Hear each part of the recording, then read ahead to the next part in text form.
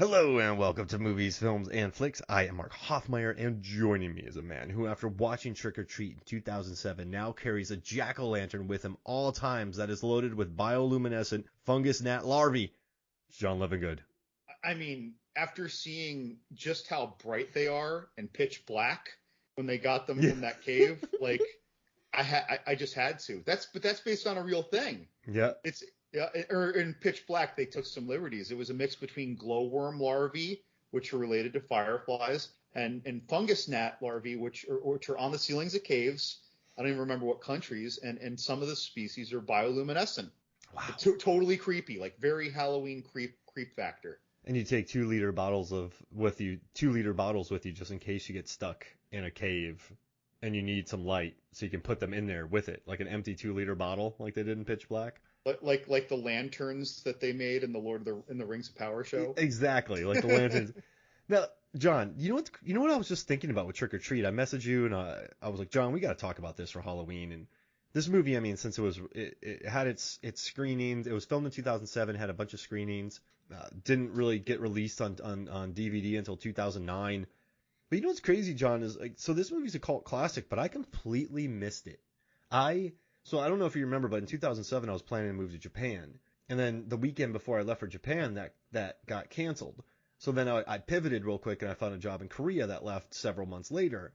But then, I was in Korea for a year and I just missed all the buzz about this movie at the film festivals. Ain't It Cool News was championing it. It was getting huge buzz on the convention circuit. It was really building a cult audience, and it was never officially released in theaters because I think they didn't know how to market a movie where a guy is kicking a child in a grave while ripping, smashing his hand with a shovel. But it's kind of crazy. I missed all of this, and I don't think did you know about this movie in 2007, 2008?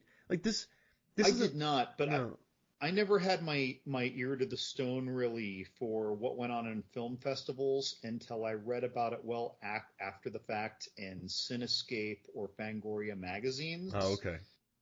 So that was really me. I was very late to being a regular attendee on the internet or Ain't It Cool News, etc. So I got it. For me, it was more just sitting in a Barnes and Noble or a Borders with a coffee, getting all the updates I need with a notepad from the Fangoria I wasn't going to buy because I didn't have a lot of money. And the Premiere magazines and right. Fangoria and all those. And when I got it, so I did the dial-up internet. I remember I watched Donnie Darko in 2001, 2002. Immediately went on dial-up internet to read the Ebert review because I'm like, I need to read about this movie. Like, what happened? But I couldn't find anything. It was just Ebert's review.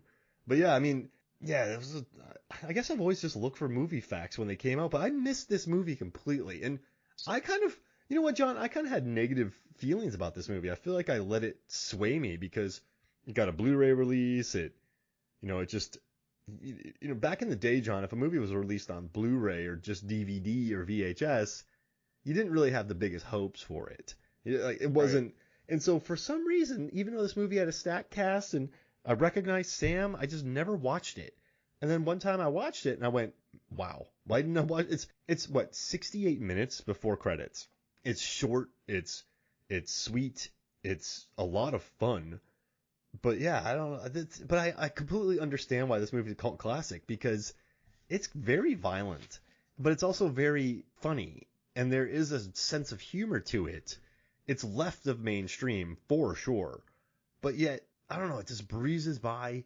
It has a good time. It kind of it's very earnest. Sam is almost a perfect and memorable Halloween mascot, which was the director Michael Dougherty wanted. But yeah, this is one of these movies I feel like it was tailor-made to be a cult classic, if that makes sense.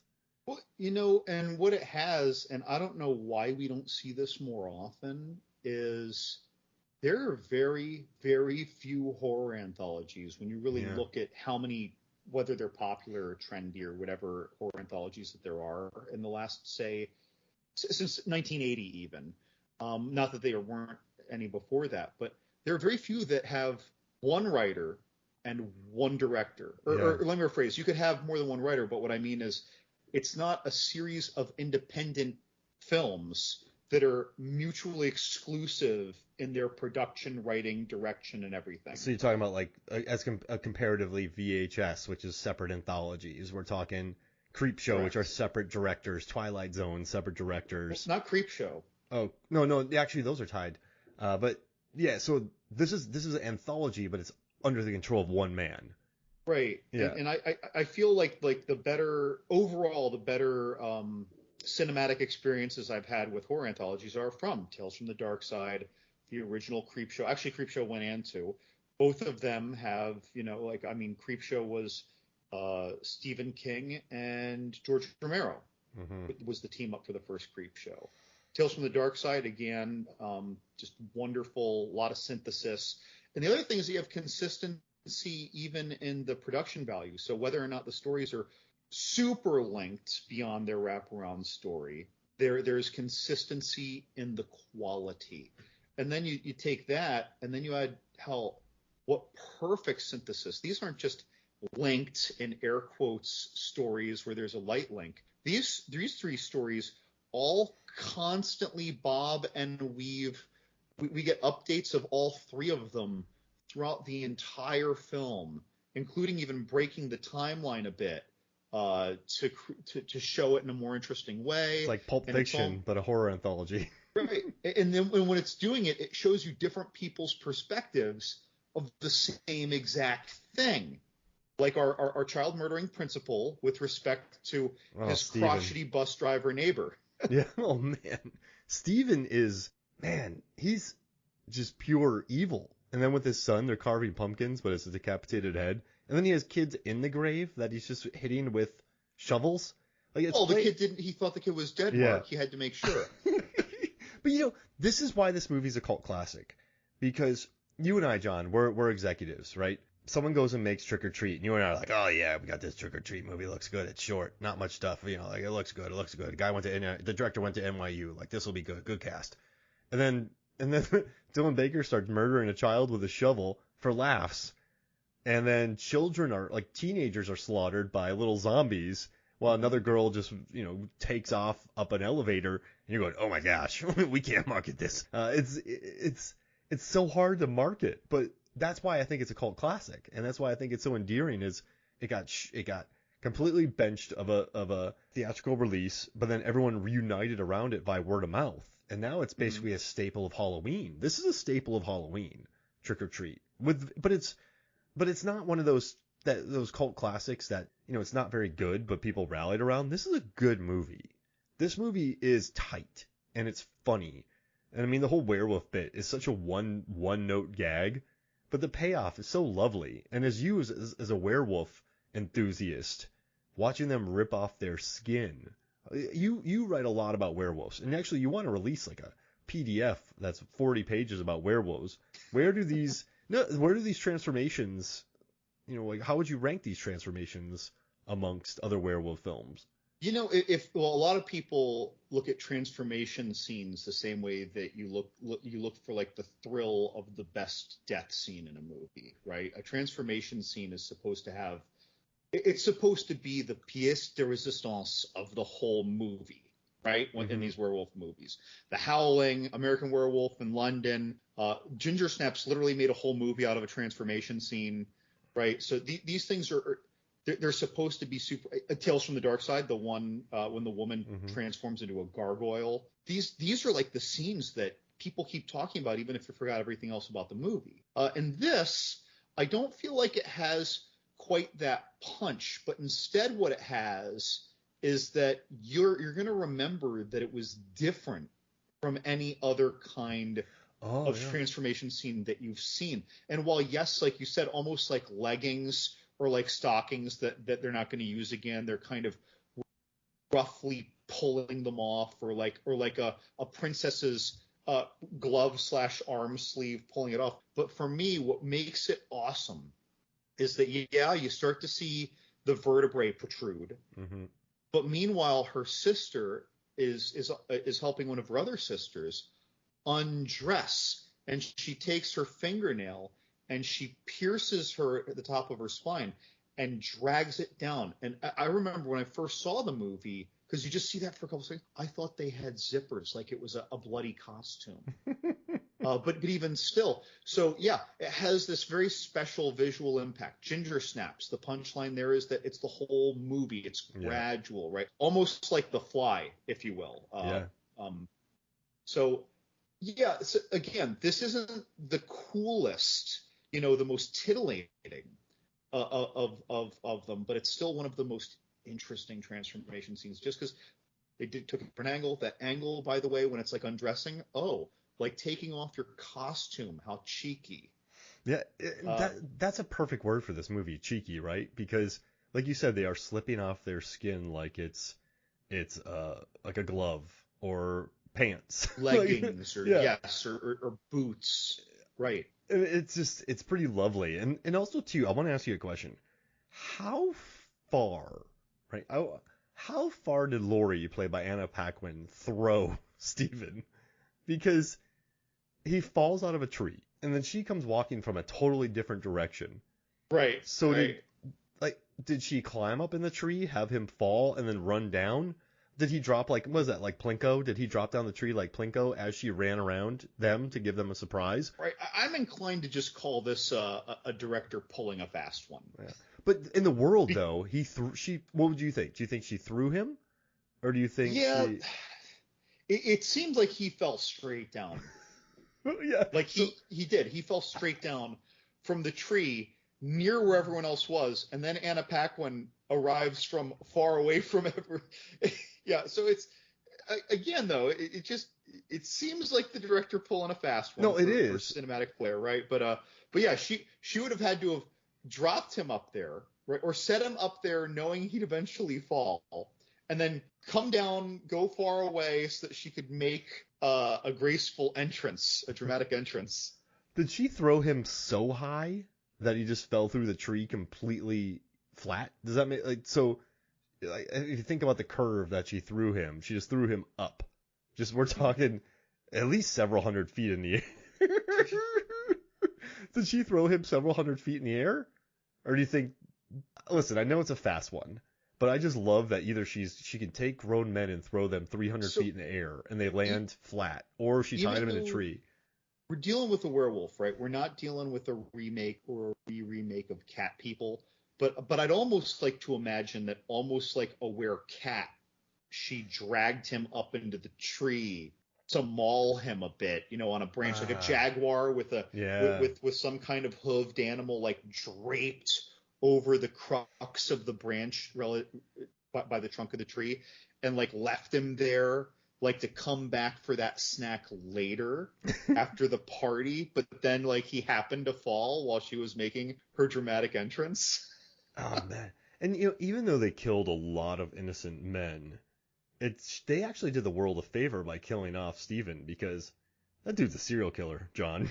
So it's I wouldn't say it's a net positive, but did you see all the little Easter eggs in here? Did you see the bear?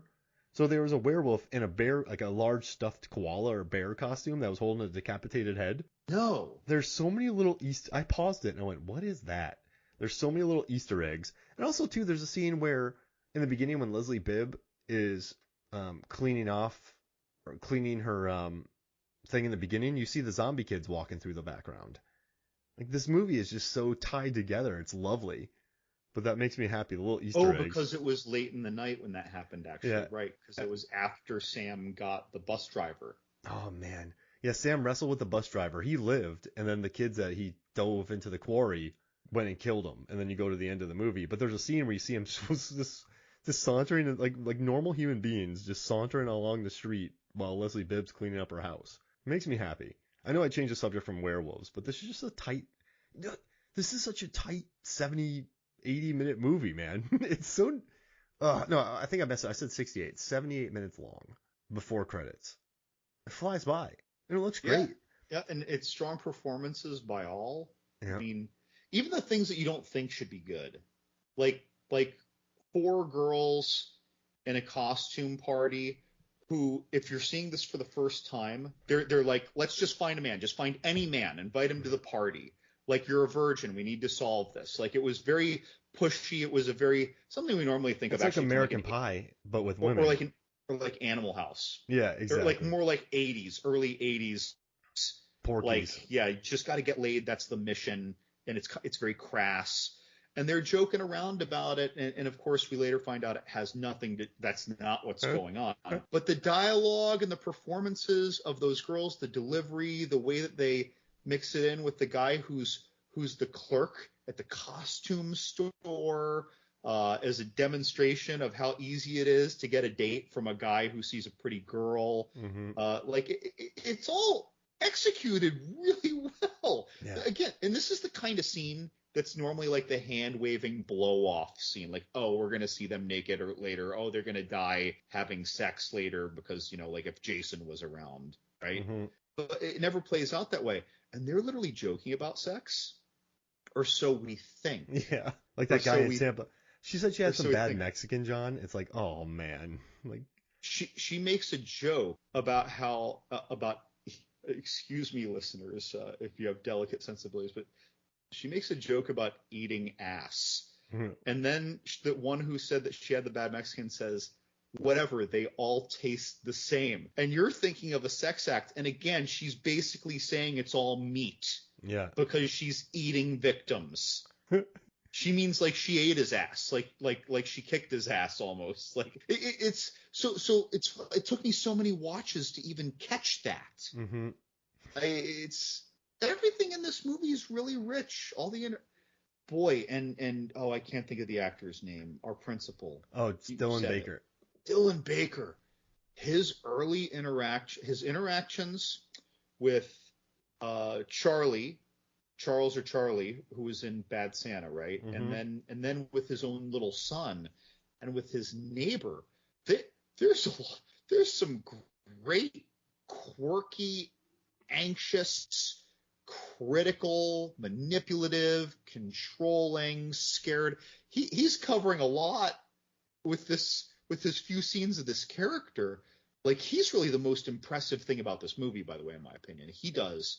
And not that Brian Cox doesn't have a great thing. It's just that he's more one note played really well over and over. He's great at yelling. Dylan Baker is coming in with more of a symphony of nuance. And again, in a horror anthology, we don't expect this. Mm-mm. Yeah. Like, we're being spoiled. When I think of a horror anthology, I had this conversation today actually with my coworker. He said, I didn't used to like horror anthologies when I was younger, but I think I like them now. But I also like horror more now. And I said, well, here's the thing, though.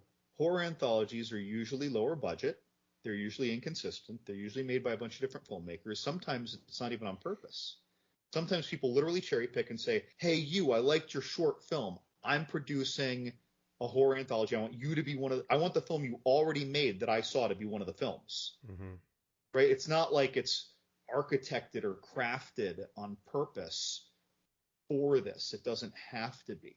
So again, you get inconsistent quality of effects, of writing, of acting, of production value, and sometimes that can take people out of a movie. But when you really are into the genre, a horror anthology means you get to see 3 to 5, or in the case of ABCs of Death, 26 different ideas. It's a grab bag. Right, and often the more there are, the more you're seeing the idea they had that would have led to a film instead of the whole film, or you're seeing the scenes that make the finale of the film or cold open of the film instead of the film. And again, it makes people's expectations, I think, of horror anthologies a little different. If you're not a horror fan, I think you are disproportionately more likely to dislike a horror anthology among randomly sampling horror movies. If you are a horror fan, I think that you'll disproportionately like it more, even if the quality is arguably lower in all dimensions, down to writing, direction, everything. I feel like you're gambling when you watch a horror anthology, and there's kind of a thrill to it because you're like, all right, there's 6 of them, and like 2, you're like, but 1, you're like, whoa, and there's this really interesting roller coaster that comes with it. And you can say like, yeah, it wasn't that good, but this one short, and now you might know to follow that director. Or at the same time, even if something's not that good, okay, well, if there are 3 stories, did it take you 10 minutes to realize it's not good? You only have 20 minutes left. Mm-hmm. Are there 5 stories? you only even less. So if you don't like something, you just hang on a little bit, and pretty soon you're gonna shift. So again, like a horror anthology is for again, I think it's for the people who want tasting menus at restaurants. It's a beer Right. sampler. There's 5 IPAs Right, you want to right. try, The so you get people who 5. want Yeah, flights. exactly. And you know what I like too is, so even though this one is more tight than your regular anthology, I do like what the director had to say. So I bought the Scream Factory Blu-ray. I listened to all the behind the scenes stuff. I listened to the commentary, and he said that the first one's about like a dad and his kid on Halloween. The second one is about about being a dad, and then there's one with just kids, like teenagers, like younger kids. The other one's about Halloween in your 20s, which is all about parties and hooking up. And if you think about Halloween at college, John, you know how that goes. And then you have Halloween in your twilight years. So he had a dad and his young son for the first one, and then you have teenagers who are alone being bullies, picking on each other. Then you have Halloween in your 20s with werewolves and all that kind of murder and partying, and the outfits that they very distinctly pick out to lure men in. And then then you have the cranky people who, when you were getting candy when you were younger, were always cranky. So I like that there's still a theme to this, but like it never pummels you over the head with the progression of the theme and how it covers 4 distinct age groups. And I In like a that a way, a lot. fifth age group. Although Leslie Bibb, her death, Oh right? yeah, yeah, they're like, so I guess they're 30 somethings, Right. I guess. So then you kind Sure. of have the established 30 somethings who, a little too old for it. They still go out. Yeah, so I guess you do have 5. You have that whole progression. So I'm basically in the Leslie Bibb area without the tape. And I should Oh, have. hold on. Let's not criticize people with the tape. Yeah. Okay. Some people enjoy the tape. Some people don't need or want the tape. It's fine. We're not trying to tape judge. We're not tape shaming. No, no, no. I just love that's just such a weird little wrinkle, isn't it? Like there's a tape, and then that's gonna take hours to put away all of those things in her lawn. And you know what's interesting? I love Sam. Sam's adorable. Sam is amazing. But she blows out a candle and then she starts putting the decorations away. She says, "I hate Halloween," and she gets murdered for it. It's uh yeah, kind of, well, what's funny? She's in the background of a shot, and I don't know if you heard her, but she's like, "You put me in a box. Why'd you put me in a box?" Yeah, at the parade, right? Yeah, yeah. Why? Yeah. Like I feel like I'm in a box. But yeah, I mean, they kind of gave her this kind of negative backstory. But yeah, Sam just goes and murders the poor lady while the guy falls asleep upstairs. Well, I mean, realistically, though, Sam murdered her because Sam watched her blow out the jack-o'-lantern. Yeah, but And not only that, it was after her husband specifically tried to stop her and warn her. Granted, his explanation was, I don't know, ancient tradition. yeah, But yeah. I think Sam was kind of pissed too from his brawl with Brian Cox. So he's like, I gotta go let out some energy. And then he lights her up with a lollipop that's super sharp. But Sam's weird because he's adorable, but he's also just a straight up murderer. And he's played by the kid who's the peeping Tom in the beginning. So when you see the kid peeping into the oh yeah, the changing little rooms, bear kid, yeah, the kid in the bear costume. yeah, He seemed very young to be so interested in that, by the way. they called his name's Peeping Tommy. But here's another fact I love about this movie is they shot it in Vancouver, but they shot it in November in Vancouver. So I mean, Vancouver's not exactly Manitoba in winter, but it's still very cold and rainy. But what I found out was that there's no leaves, but they planned on that. So on Halloween, remember they shot it in California, and they didn't have any. They had a couple bags of leaves to throw on the lawn. They had 3 pumpkins. So in this one, they foresaw that coming, so they picked like 300 bags of fallen leaves, and they just had it in their like sets. So they built, they went and they shot on that street. They did exteriors, but they built all of Brian Cox's house on stage. Those backyards are in a stage, and so is the quarry. They look beautiful. But I just love that they kind of didn't Halloween themselves, and they went and had 300 bags, hefty bags of leaves throughout the whole shoot, and that made me kind of happy. That makes me very happy. But yeah, no, it's like a $12 million budget too. I mean, I don't think this budget looks stretched though. Like this is 2007. This was shot in for 12 mil. This looks like a pretty luscious film. It does not look. I would have assumed a higher budget. Yeah, if someone told me 25, I would have been like, yeah, that sounds right. But when I heard 12, I went, wow, like that's. But that's why you get pros though, and also too, Bryan Singer produced this, and so that's why Brian Cox was an X-Men too. Anna Paquin was an X-Men. So I wonder if you kind of had that kind of connection as well. And also Glenn McPherson, a man we know well, shot it. I mean, this is a guy who did all the Resident Evil, the last 3 Resident Evil movies, which we covered. You should go listen to that series. And did you see the bottle of whiskey that Brian Cox is drinking? It's Glenn McPherson, Scotch. Oh, BC, I didn't know that name. Yeah. So when I I saw didn't know Glenn that name. McPherson, I'm like, that's really cheeky. That's a whiskey after the director. And that made me really happy. But yeah, I don't know, it's a 12 million budgeted, super tight movie that just looks great. The performances are good. I really liked the two. Like, I thought Monica Delane, who played Janet, and Rochelle Eitz, who played Maria, and Lauren Lee Smith, who played Danielle, the 3 other werewolves, they were good. They were funny. They were like everyone was good. Yeah, but like they hard added to do that. They added. There's a scene where Janet walks up to Danielle with some beers. And she's like, you can tell that Janet's pretty drunk, but she just does this weird face and then like lunges a beer into Danielle's face. It's little moments like that. Like this is a tiny moment, but there's so much personality in this moment. There's more personality in that moment than there is in the entire One Missed Call remake. Like it's which I saw recently. It's funny you say that. It's a quirky little thing. And once again, I'm going back to this. You and I have talked about enough cult classics. Like that, this is such a cult classic. If you think about Nightmare Before Christmas, that was a hit, but it's PG rated. And I do think it scarred children.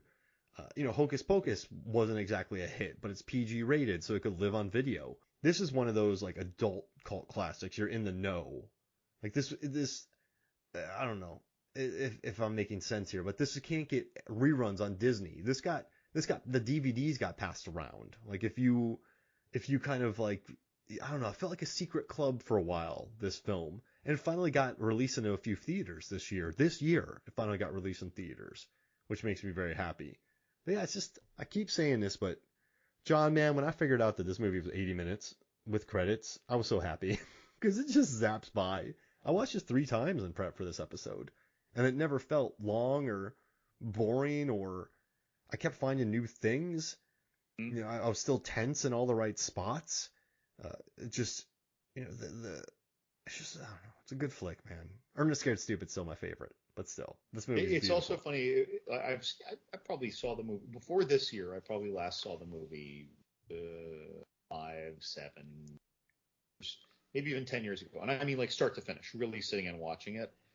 And I swear, I never realized Brian Cox was the bus driver. I never paid attention to what he was burning. The photos from him driving.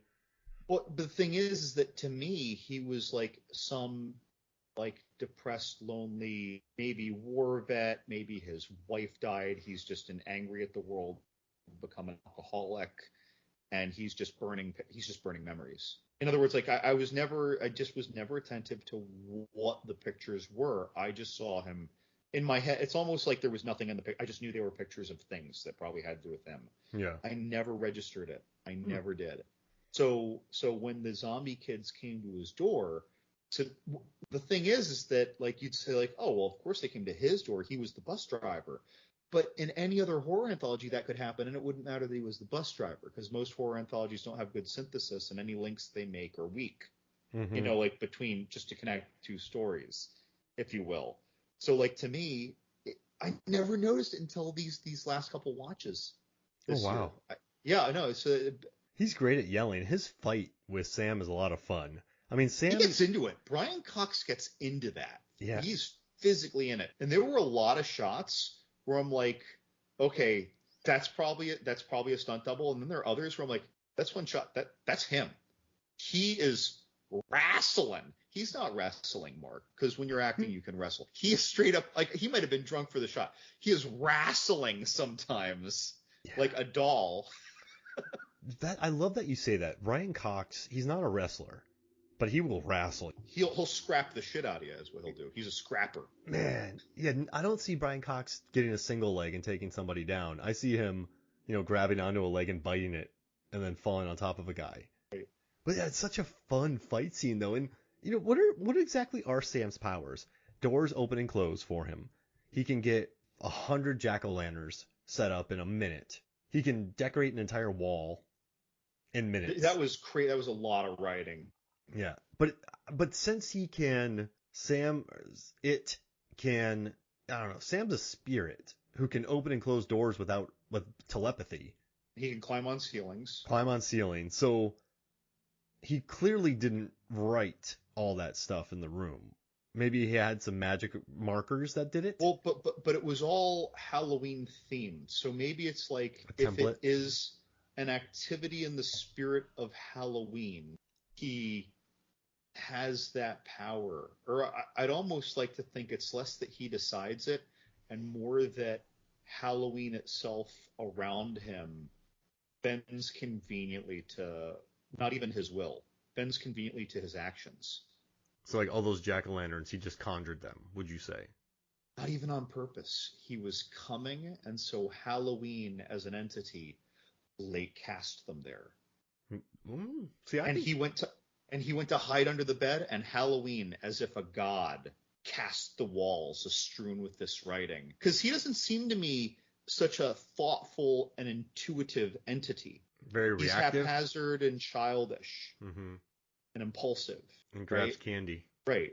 He goes to stab somebody, accidentally stabs a candy bar, and thinks, "Oh, you gave me a treat." Yeah. Right. So I don't think he has the cognitive potential to have done these things, at least in such an organized way. I feel like he is maybe just a manifestation that Halloween has placed there, and it has some sentience. I don't know. It's an interesting notion, but of course, and sometimes things are just because it would be fun in the movie. But I like to think that there's a greater force, and of course, if he wasn't going to attack Leslie Bibb prior to her blowing out the candle, there are cosmic rules perhaps that he's following. Oh, he has to? Well, or not necessarily he has to attack her, but he wouldn't have chosen her had the jack-o'-lantern remain lit. Yeah, right place, wrong place, wrong place, right time, I guess. Wrong place, wrong time for Leslie Bibb right there. Leslie Bibb, right. But he also shows up for the kids when they are, playing the prank on the girl. He also shows up during the werewolf attack. No one goes after him as well during that werewolf attack. So the little bugger can move, but it doesn't matter. It's just so cute and deadly and murderous. And almost sort of pure, but in a I'll kill you way, which is an interesting kind of take on the character.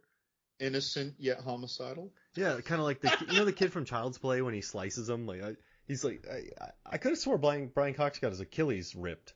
I don't think he's walking after that. He pulled a Pet Cemetery. Yeah, exactly. Pet Cemetery on him, yeah. But it's still fun, man. It's just a little maniac, a little Halloween mascot that I think now is partly ingrained. I don't think Halloween is. I'm sorry, Trick or Treat is on the level of Hocus Pocus, or on the level of. I mean, actually, if you look at the Blu-ray sales of Hocus Pocus, my gosh, that movie's such a cult classic. But yeah, that or a Halloween. But do you think Trick or Treat is a? I feel like Halloween is crossed over to the mainstream. Hocus Pocus is crossed over to the mainstream.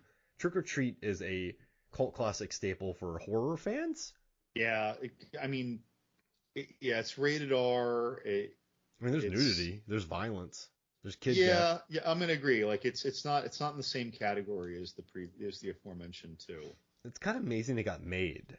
This is a movie with a very light tone to it. A kid is poisoned, pukes chocolate, and it's sort of played for a laugh. Okay, so I watched this with my girlfriend. I watched it with Sarah, and when that scene happened, she's not into horror movies, but she enjoys the funny horror. She enjoys horror comedy, right?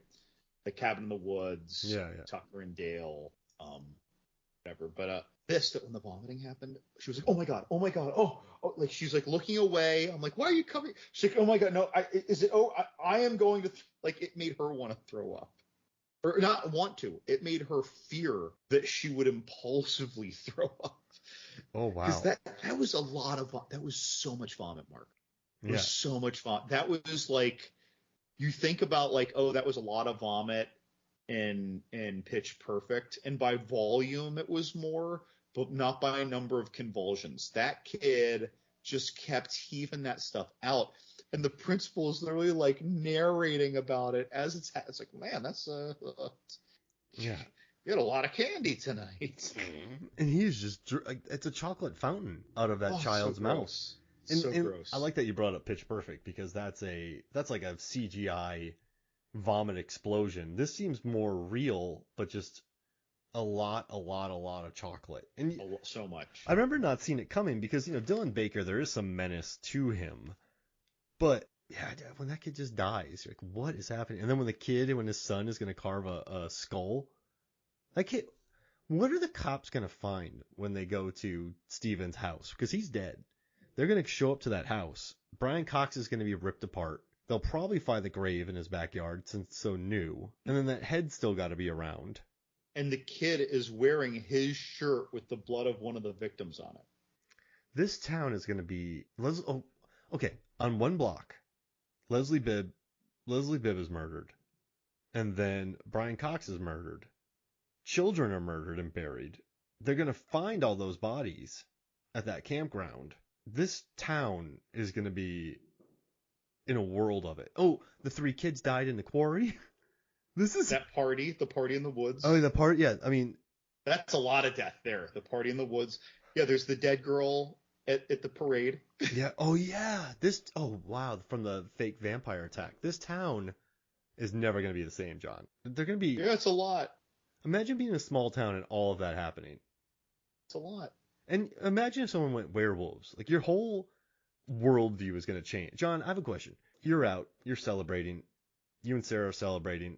And you find out that werewolves, Halloween goblins, or spirits, and just, zombies are around. Aside from survival, let's say you're safe. Like, you're never going to be the same again. Because this just opened up a whole Pandora's box of like things you never thought would happen. Like, what's your first thought, John? What's in your head right now? I don't know, man. I feel like unless I see a werewolf, though. You see it. I saw it. Yeah. No, this is all factual. So you're on a Ferris wheel. You're on the very top. I'm watching it happen. I'm watching the chaos transpire. You're safe. A helicopter's coming. It's going to pick the 2 of you up, right? For some reason, it's a kind of a slippery night. No monsters can climb up the Ferris wheel. So you 2 are safe, right?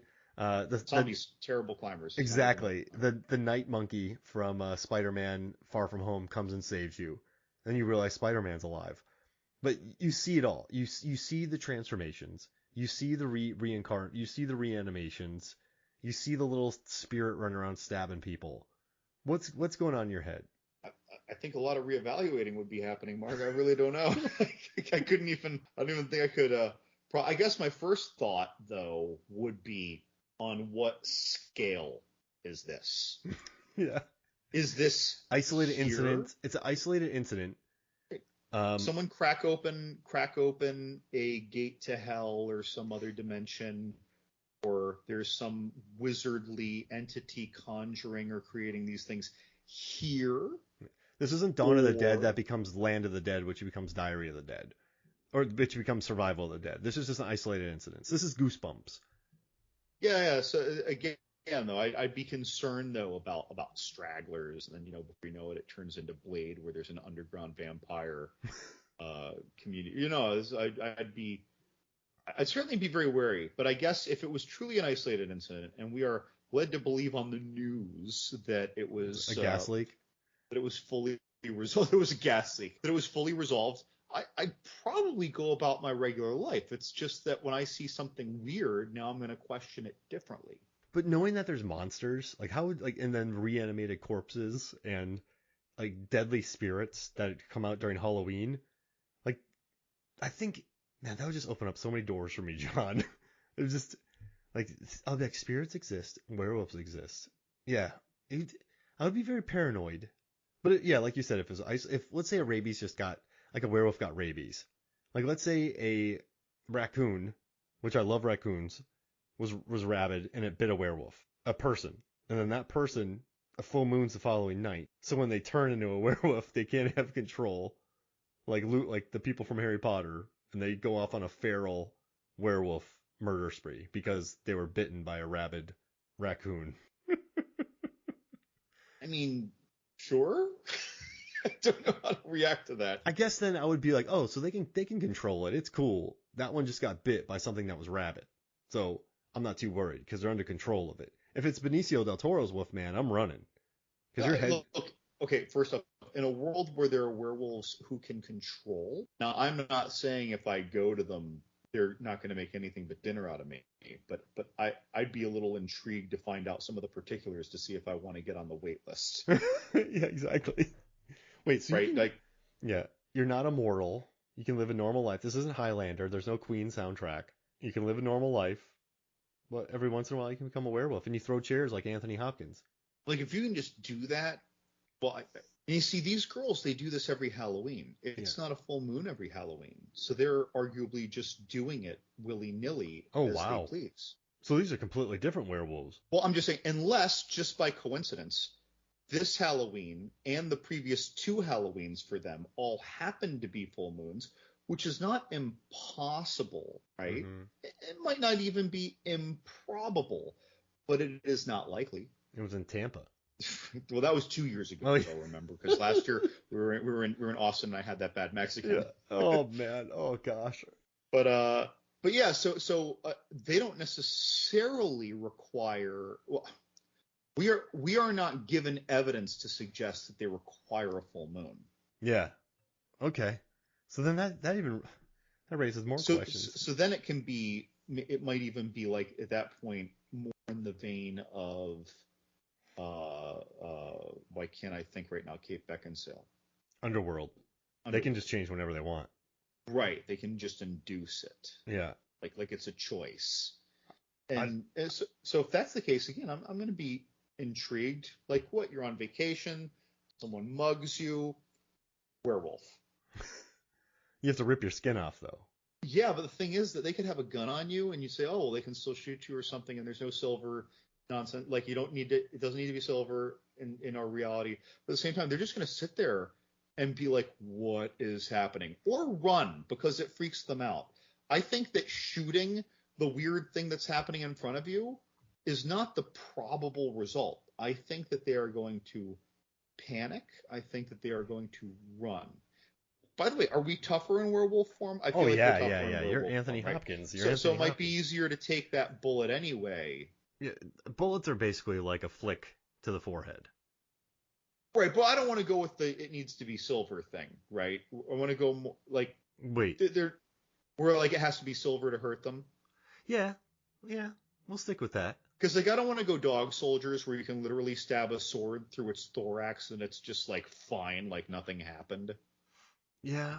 So you don't want to be that werewolf? No. I'm saying that's silly. Oh. Yeah, that's just a fun action horror movie. No, this is the traditional rules. It's just that you have to have silver to kill them. Yeah. So I'm not killable without silver. Yeah. As a werewolf. Listen, you could have an anvil land on you and you'd be fine.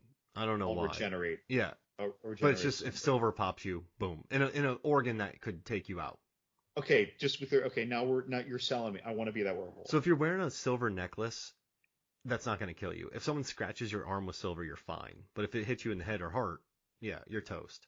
If it's a lethal blow, it's really lethal. Yeah. So you should see John's face right now, y'all. John's sitting here going, like, he would really do it. He would love it.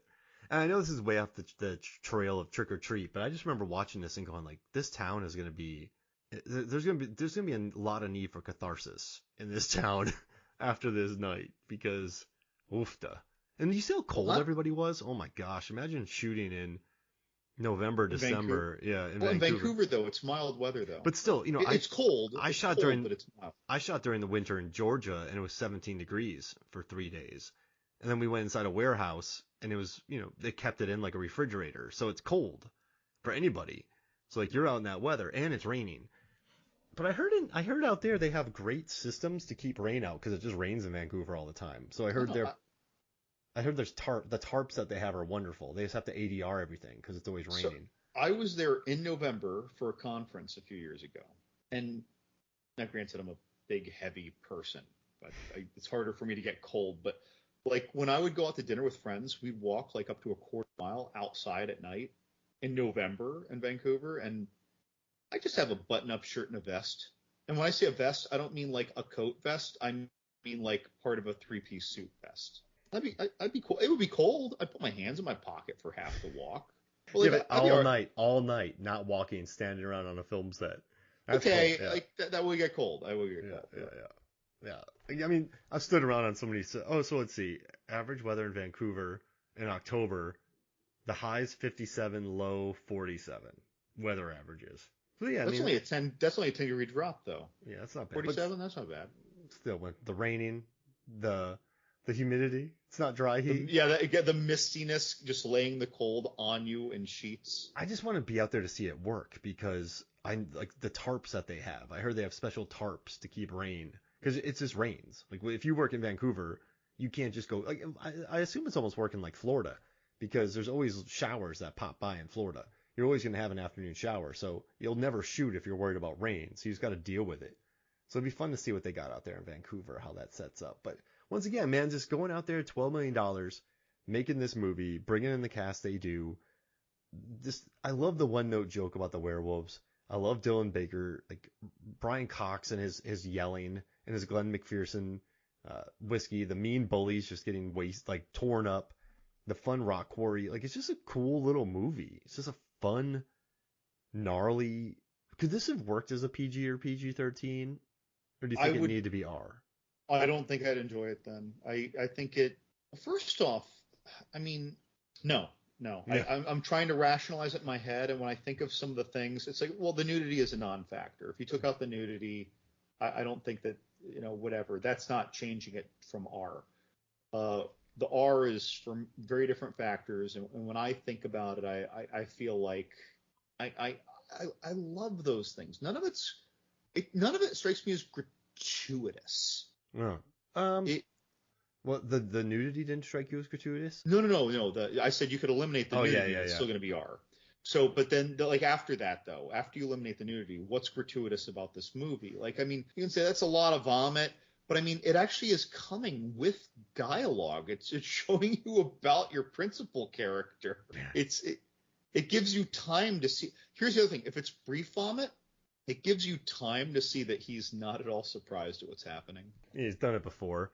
This is a method he's tested. Instead of it being after, he's collecting a dead body. Like, I like those things. The level of violence with the Brian Cox and Sam interaction. That's the thing is with that, it's less about the violence itself and more about, I think, the meanness of the violence, like the Achilles cut. And the Home Alone staircase. Right, the Home Alone silly. God, him screaming when he had the glass in his hand. He was so in it. Cox can yell, man. Cox is a yeller. And also, those kids get killed on the bus, too. So those children get murdered. We don't see them get murdered. I guess, I wonder if ratings boards, if it's the idea. So I think when ratings are going, yes, we don't see those children specifically get murdered, but they die. Everyone watching this knows they die. We know that it's a bunch of like mentally handicapped kids as well. So, but again, that serves the story well. Mm-hmm. So I like these things. None of it seems over the top for the sake of being over the top. Anything that anyone wants to say is over the top strikes me as very appropriate to a consistent tone throughout the movie. I think that's the most important part is the consistent tone. You never get this levels of meanness. Like it's very, if there's like I don't know, like an audio track gauging the peaks and highs of it, it would be quite, it would plateau pretty good. Like it wouldn't be like high highs and low lows. Like it's pretty static film. Like it stays on the same wavelength the entire time. I guess I'd have to really think about it hard, but I don't think so. I think that maybe theoretically it could work to adjust certain things to make it PG-13. But I think at that point, you're taking something that works so well, and once you start suggesting changes, we just wander into the realm of what happens when studios and producers get too involved. And even if you give the control to Michael Dougherty as to how to make these changes or rewrites. You're still changing things from what was his vision to something that is quite possibly not his, and then you can create inconsistency in delivery and quality and how things seem to fit together nicely for synthesis of story.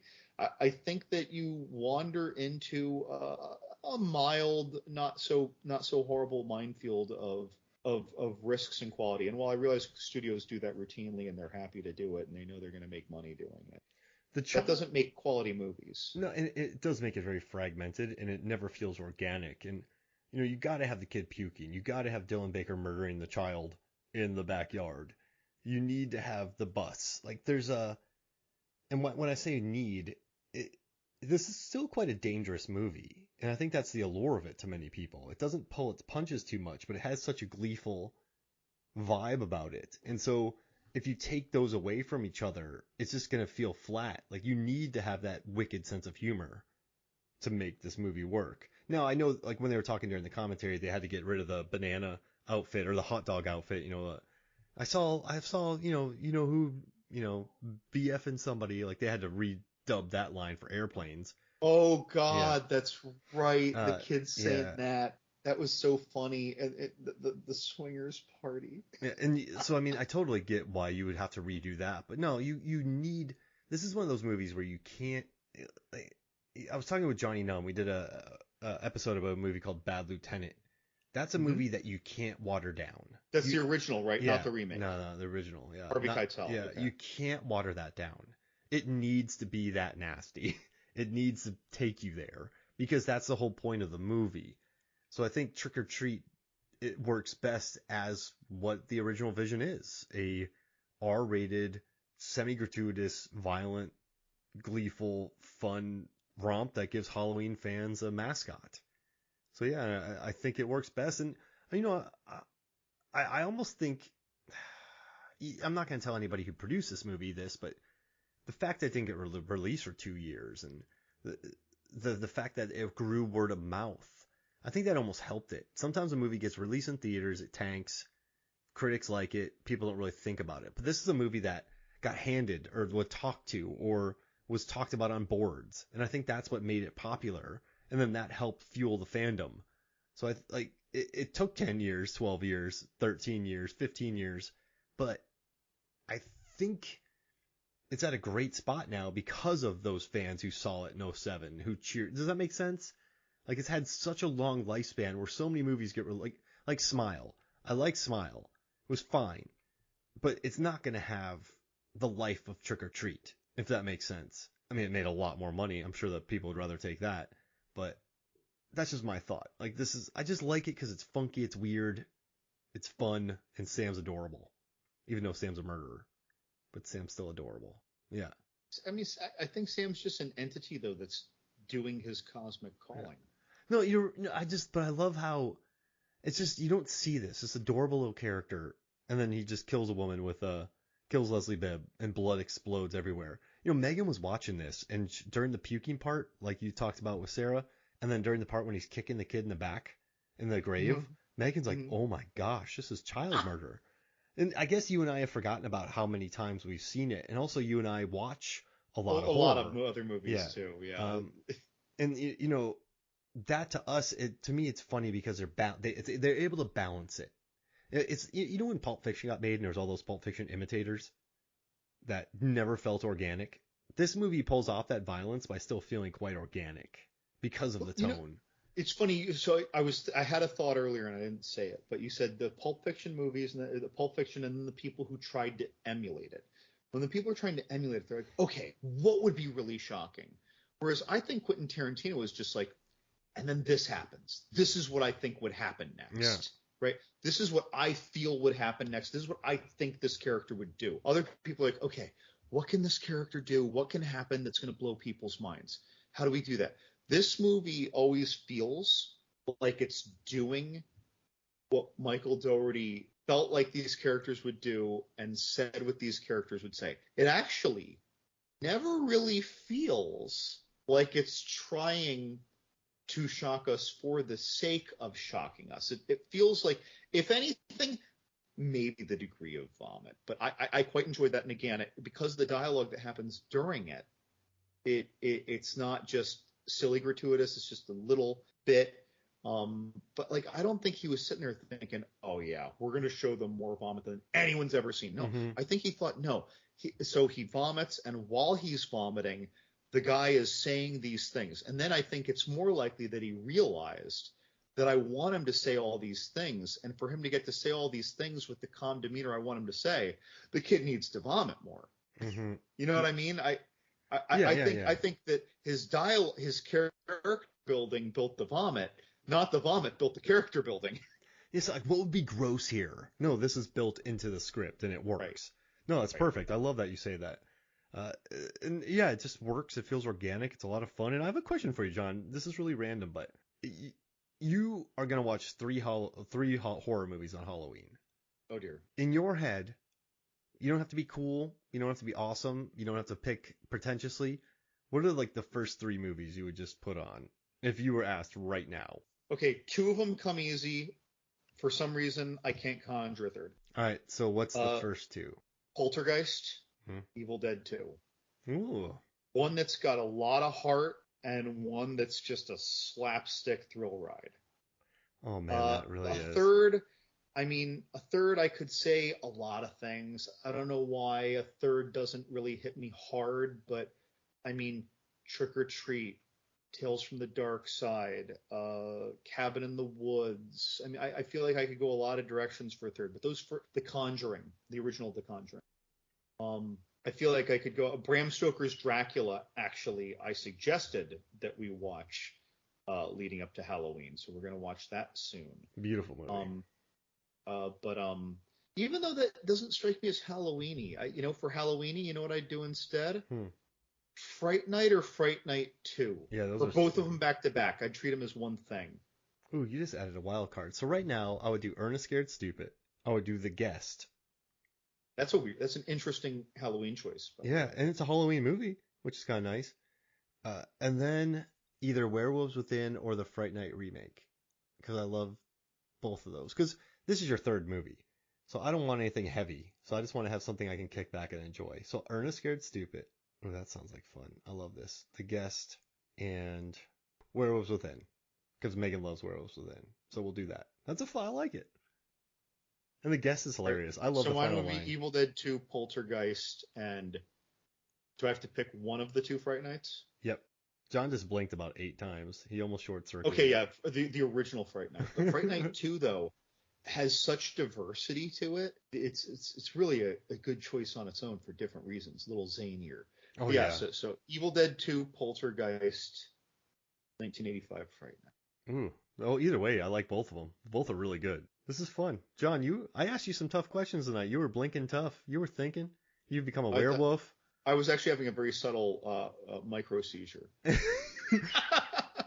Hey, John, where can people find you before we get out of here? Boy, if you Google John's Horror Corner, you'll probably find my Instagram, my Twitter, even though that's MFF Horror Corner. It's named John's Horror Corner. And if you go to Movies, Films, and Flicks, you'll see a little tab at the top right of that page next to podcast that says John's Horror Corner. And that's my little lair, is that tab. Your Goblin Village. That's right. Yeah. Well, this was great, man. And thanks for doing this episode with me. And we didn't have much notice, but we might as well. I mean, this is a Halloween staple. We're rarely ever topical here at Movies, Films, and Flicks, but I felt like being topical this year. So I'm glad we did it. Yeah, this is a delightful film. And if somehow someone's listening who's probably heard of this movie, I don't know why you'd listen to this if you haven't at least heard of the movie, right? But it's probably heard of the movie and never got around to it. This is a hard recommend. And by the way, this is the director of Krampus and Godzilla King of the Monsters. So if you liked either of those movies, this is where he really got started.